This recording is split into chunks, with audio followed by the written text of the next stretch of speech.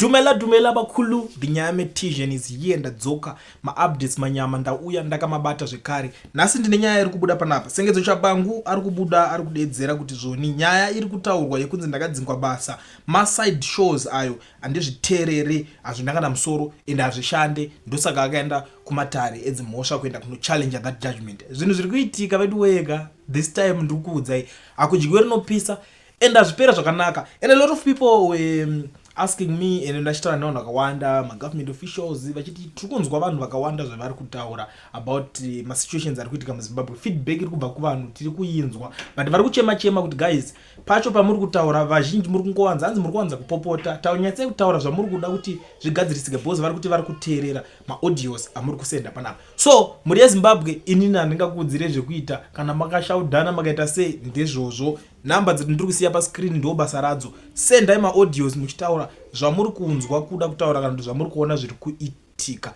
zvamanje manje. Sarai makateerera this audio mondiudzawo zvamuri kufunga in the comment section. Takazvitaura isu kunyepa bere rapinda muchirugu chemakwai arimbodi zvokubuda. Ino maakuzviona kuti munhu ari kudzinga vanhu achitemba kuti unoda kuramba aripo kusvika 2030. Akutotora Zimbabwe kuita ngenyika yamai vake nababa vake nemhuri yake chete. Otoona kunge musina vanhu vanofunga. Munhu angagwa otoona kuti hamuna kana varume vane pfungwa. Iye nemukadzi wake nevana vake ndo vanhu vane pfungwa chete.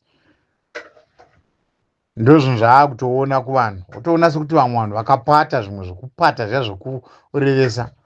Because akagona kutoona pfungwa dzenyu kuti mukangopuhwa 3 piece dzichikelike nhameno whatever ikoko maakutotengesa upenyu hwako hwese 5 years uchitamburwa.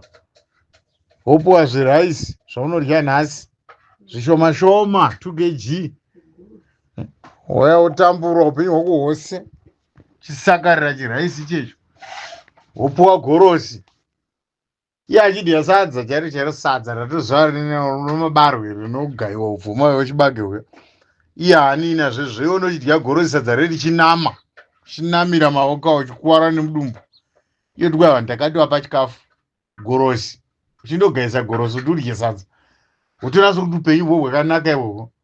Mukadzi wawakagara naye chaiche asisina kana bhurugwa romukati chairo kana kundoroorwa 10 years 15 years hauna kana chawakabvisa kwana tezvara asi unokwera uchimanya kuti pamberi neZANU PF iwe wacho hauna kana mini brief yaunayo kovana asi uzora kuti kwai pamberi naMnangagwa baba 2030 vanenge varimo. Unovata padebwe remombe hauna kana mubhedha kana chinhu asi uzora kuti kwai pamberi nababa Mnangagwa 2030 vanenge varipo kupi muchingoshandiswa. Apa unonga watumira mari kumusha kuti aiwa tokumbira mari yoka muite zvinhu zvine musoro bhizi kufamba nokupa masabhuku mari yokuti vanodiwa kumusangano kuHarare. Makaora imi chadya gorosi nemapfundi awo kusvika mati chanzi navo vanhu veZANU PF avo muchiswera muchishandiswa saizvozvo nhando zvinhu zvakaora. Takwa zvisingaiti unge vanhu vekwamarange vanomupa gemenzi rokupfeka iyo mondiyo zvakagosiyana nevanhu vekwamarange nakuti naiwe imondi vanotora ropa risati rakodzera kuva nevarume vachiita vakadzi vana vachingofa nemimba. Makadhakwa imani paKulen TV apo titori nevanhu vatotoziva izvozvi ukuti kana chikafu chikauya kuti chipuhwe vanhu nenyaya yekuti hamucheri mvura mose padzime hautopuhwi chikafu.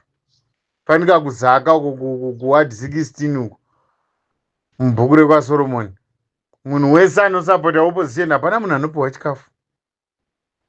Tozviziva hautopiwi. Zvinopiwa vehukambakama vari padhuze navo masabhuku voti kwanzi inyika iyoyo. Mwe zvinhu zvoda kufunga mani. Ndo vanhu vanoramba vachiomesera vanhu ivava vanhu vatotaura ivavo. Tinavo vanhu vakawanda vatoziva vanoda kunyepera kwanzi chikafu chopuhwa munhu wese. Kubhuku kwaSoromoni kuvanhu havapuhwi chikafu. Chembere chadzo dzimwe dzatochembera hadzipuhwi asi chipuhwa vanhu vasvini nokuti vanowirirana navo.